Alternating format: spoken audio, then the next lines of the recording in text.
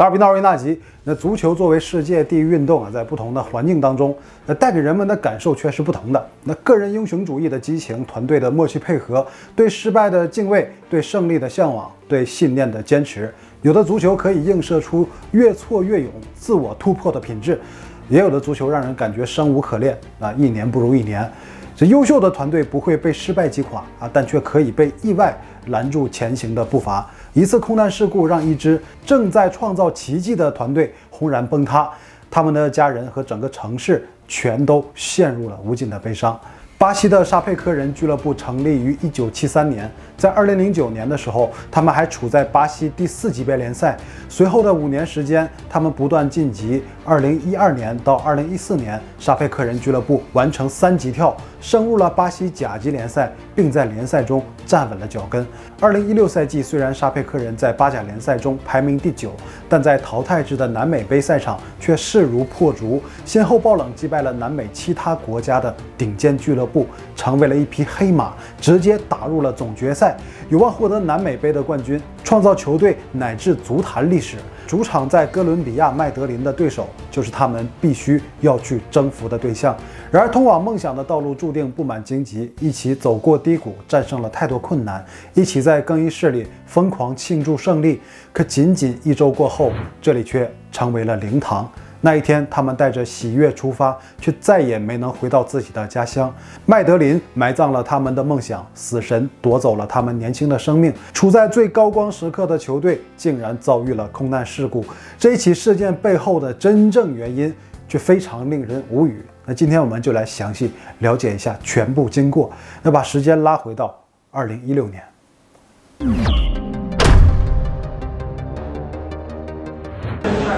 Ninguém chega a lugar nenhum por acaso, não existe sorte, existe trabalho, existe honestidade, existe confiança, existe empenho, existe o dia a dia. 沙佩科人已经开始备战11月30日南美杯的决赛首回合，并准备包机前往哥伦比亚麦德林，还由此向巴西国家民航总局发出了包机申请，可是却遭到了拒绝。因为根据法律和国际条约，包机只能由巴西或者目的地哥伦比亚的航空公司提供服务，但沙佩科人俱乐部却想找玻利维亚的第三方公司合作。这么做的目的也是出于节省成本。那作为小球会资金有限，那遭到拒绝的球队只能是改变计划，先从巴西圣保罗起飞。2016年11月28日下午，全队抵达玻利维亚圣克鲁斯，再由这里包机转飞麦德林。为他们服务的正是拉米亚航空。球员们在抵达了包机上之后，情绪非常高涨，他们记录了大家出发前在机舱内的状态。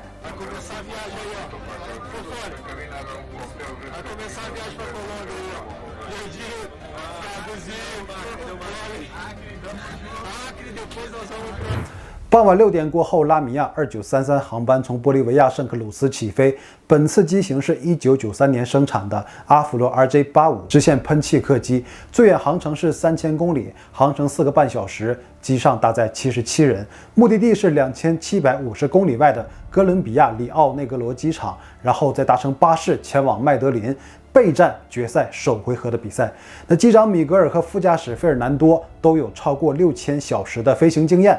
经验是否丰富，现在还不好说除2人以外呢，还配置了观察员。整个航程都没有发现任何问题。可是，在抵达目的地上空的时候，意外情况出现了。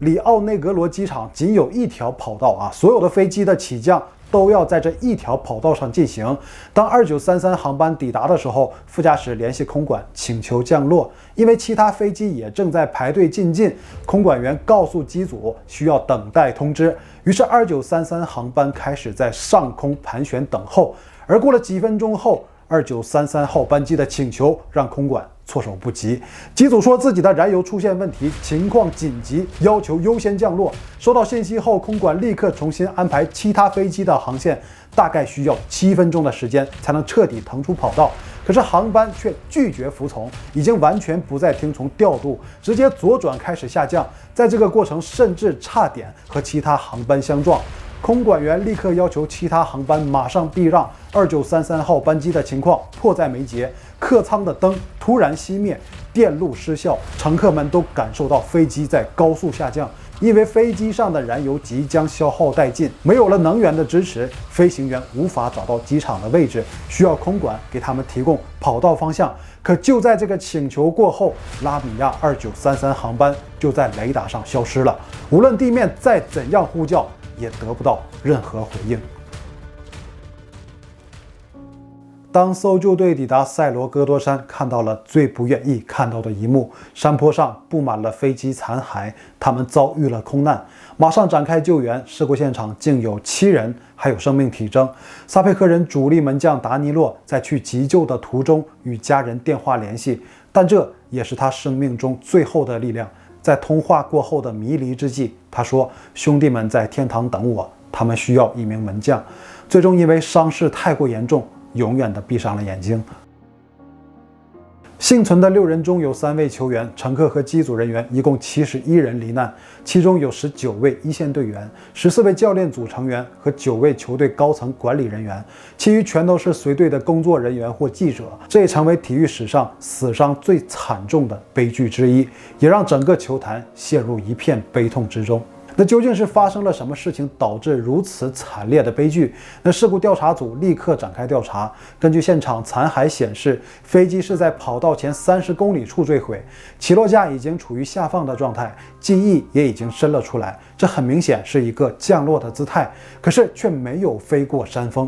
相比于其他事故现场浓重的燃油味道，甚至燃起熊熊大火，事故现场的味道很淡，也没有燃起大火。残骸中燃油的表显为0，这表明飞机没有燃油了。这就很奇怪，通常一艘客机很少会把燃油用光，那有没有可能是飞机燃油出现了泄漏呢？飞机的黑匣子找到了，可以通过分析数据拿到更加重要的线索。在分析黑匣子期间，当时的空管人员也被调查，他们询问当客机告知油量即将消耗殆尽的时候，空管的处理方法。他说这也是自己最无法理解的地方，客机是在即将坠机的情况下才向地面发出最后警报。一开始进入机场的时候，虽然报告燃油出现问题，但是他们却完全没有告知事态的紧急程度，所以并没有让空管感到担心，认为可以正常排队降落，就先让2933号在空中盘旋。结果7分钟后，机组告知飞机燃油耗尽，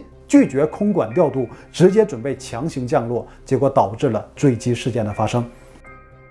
那按照程序，如果燃油即将耗尽，必须提前发出求救信号，告诉地面自己的真实情况。但很显然，机组没有遵循程序的要求，空管员的处理没有任何问题，反而机组在燃油告急的时候一点都不着急，在空中盘旋不紧不慢的态度，让调查人员感到很奇怪。就以这种飞行经验的团队来说是不应该发生的。那可能就是飞机发生燃油泄漏，而且警报系统发生了故障，导致这引擎意外关闭，才让他们意识到危险的存在。阿弗罗 RJ85 客机共有3个主油箱，那中央油箱不断往左右2侧油箱提供燃油，然后两边的油箱再把燃油泵入引擎。黑匣子的数据表明，飞行途中燃油消耗量完全正常，说明根本不存在燃油泄漏的情况。然后又去验证报警系统发现了难以置信的事情，在事故发生前40分钟，飞机就已经是油量过低的状态，并且警报灯也已经亮起，可却在事发时候才宣布油量紧急，结果导致他们在空中盘旋的时候，引擎就已经熄火了，只能强行在5000多米的高空开始准备降落。他们先放下了飞机的起落架，然后又把机翼设置到降落所需的33度位置，极大的空气阻力让飞机失速，急速降落，失去高度，最终导致坠毁。他们为什么做出如此轻率的举动？只能调取驾驶舱的录音才能知晓答案。但是在坠机前1小时40分钟，录音就已经中断，所以没能还原出舱内的对话以及最后的场景。调查员只能从2位飞行员背景着手调查，他们的训练记录上有这样一条评语，或者可以说是短板在危机情况下一定要预留处理问题的时间。那说明机长和副驾驶的最大缺陷就是应对紧急情况的能力。可是2个问题相同的人成为了搭档，还出现了这种极小概率事件。而如果说错误操作只是他们的能力问题，那么究竟是什么原因导致紧急情况的发生呢？调查员来到玻利维亚圣克鲁斯机场寻找答案，发现2933号航班在起飞前共补充了2万磅的燃油，虽然几乎全满但这个油量还是不正常的，因为飞机的滑行、起飞飞行中的下降、爬升，外加出现突发状况飞往其他机场，在空中等待盘旋等等，必须要有充足的燃油去应对各种情况。那这一趟飞往目的地的标准油量约为26500磅，而飞机油量仅有2万磅，大约少了6500磅燃油，不留一点余地这完完全全就是在冒险。那么这种情况就已经不是程序问题了，而是违法，这就是犯罪。为什么他们会在燃油不足的情况坚持飞行呢？原来这个组合曾在相同燃油的情况下，先后3次以相反方向直飞过同一条航线，而且每一次都能成功降落，这让他们认为相同的油量飞往里奥内格罗肯定是问题不大。那之所以每次都能成功降落的原因，则是里奥内格罗海拔较高，所以爬升距离较短，油耗也小。可反之，爬升高度所需要的油耗就不可同日而语。他们在飞行的途中也已经发现了这个问题。录音中断之前呢，他们考虑是否要在附近的机场进行加油，可最终机长决定直接飞往里奥内格罗。这个决定让人难以理解。那调查组猜测，如果他们在途中加油的话，那么就一定不会有后面的事故发生。可是他们也要面临一个问题，就是要和当局解释加油的理由，比如为什么起飞前没有补充足够的燃油。那或许球队也会对班机的延误感到不满所以他选择铤而走险此后的录音就已经断开。那至于为什么断开，不得而知。那或许是有人不想让之后的对话被录下来，主动切断。那拉米亚2933号航班就这样留下了一个谜，坠毁在了安第斯山脉。几个月后，调查组拿到了拉米亚航空公司的文件。那根据资料显示拉米亚航空公司负债严重，公司陷入严重的财务危机，无法支付维护费用以及员工薪水。旗下的3架飞机，2架已经遭到了禁飞。发生事故的这一架飞机是唯一能飞的。那小航空公司只能低价开展运送业务，这也引起了巴西小球会沙佩克人的注意。这两方同样想节省成本，但是节省成本的方式却不同。那球队是以牺牲球员的便利为代价，而航空公司却是在违反法律的前提下。可玻利维亚民航公司却没能进一步监测到拉米亚公司的状况，而且他们惊讶地发现2933航班机长的身份也很特殊，他不光是飞行员，还持有公司的股份，也是经营者之一，就典型的既是老板也是厨子。多重身份决定了他既要保证飞行安全，债台高筑的情况下又要从终端去节省成本。然而这2点在某些时候却是矛盾的。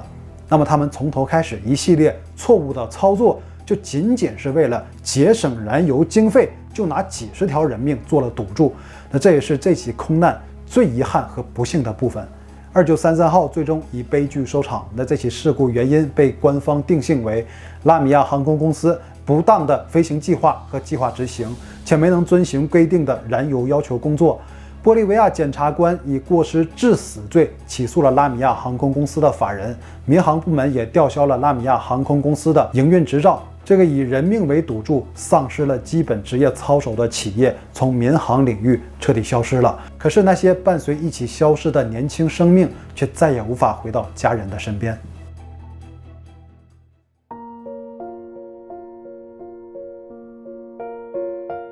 悲剧发生的时候，消息迅速传遍全球，无论是对手还是自己的球迷，或者说知晓他们的世人，全都陷入了悲伤。1周前还在疯狂庆祝的人们，此刻却带着胜利的光环远去。没有进入大名单随队出征的球员，在更衣室里无法相信发生的一切，此时的无声却爆发出了巨大的悲痛。绿色代表希望，这也正是沙佩克人的颜色。在那个时期，绿色也代表着一种悲伤。沙佩克人缺席了南美杯的决赛，但在对手和自己的主场全都座无虚席。几万人同时悼念事故中的遇难者，手中的蜡烛和扔到场内的鲜花，何不又是一种荣耀？至少在球迷的心中，他们就是英雄。虽然追逐的梦想在一声巨响过后化为乌有，但他们创造的奇迹，带给城市、国家和世人的激励，却不会随着时间流逝而被磨灭。俱乐部在社媒发布了这样一张照片，配文：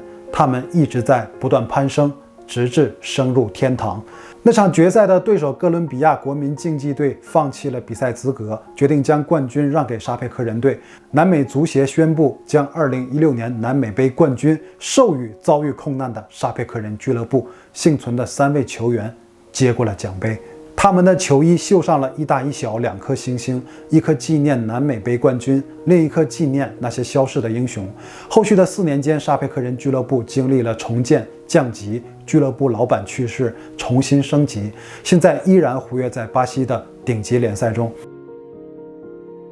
虽然一段绿色的悲伤留下太多痛苦回忆，但正如它被赋予的希望之意，悲伤只是一时，而希望带给人类永不屈服的精神是永远不朽的。